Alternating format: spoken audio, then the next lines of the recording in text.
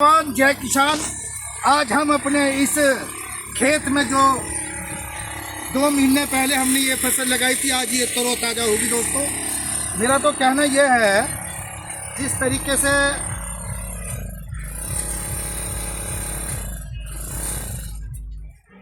तरीके से आज के ज़माने में युवा, मेरा तो वीडियो बनाने का माध्यम है कि ज़मीन ना बेचो अन्यथा बर्बाद हो जाओ के ऊपर एक छोटा सा वीडियो लेकर आया हूँ। दोस्तों, आज के ज़माने में युवा खेती करना नहीं चाहता।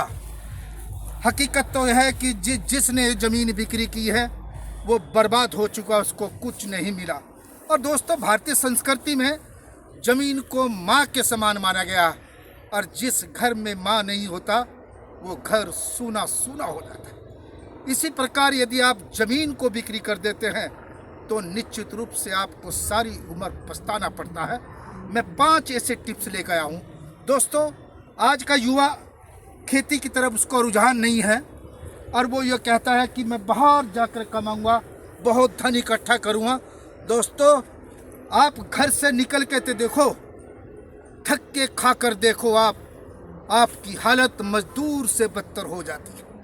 जब आप ज़मीन बिक्री कर देते हो और जब आप कहीं मजदूरी करते हो तो वही आपको खेत खलियान, वही ट्यूबवेल, वही नाला, वही एक तरह से जब आप पानी पीते हो, और वही चीज़ आपको दृश्य से याद आता है कि काश आज मेरे पास खेती होती तो निश्चित रूप से मैं अपनी खेती करता। 2 नंबर दोस्तों, आजकल जिस तरीके से ज़मीन का अधिग्रहण सरकार कर रही है, सड़क, रोड, हाईवे, एक्सप्रेस हाईवे या रेलवे में ज़मीन जा रही है, आज उनकी हालत देखिए जिन्होंने ज़मीन बिक्री की।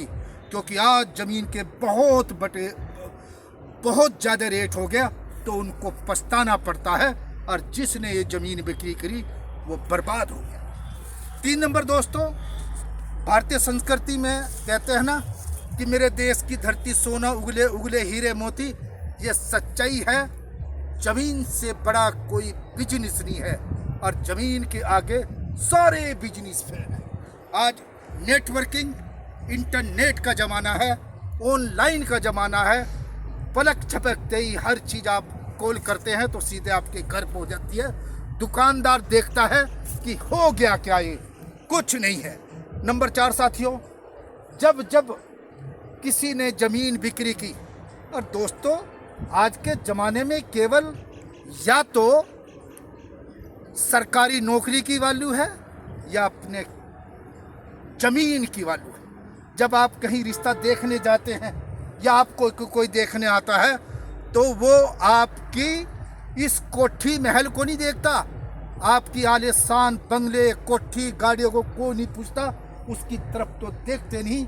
वो सबसे पहले जो बात करेंगे वो बात करते हैं कि इस लड़के के हिस्से में क्या ज़मीन आती है।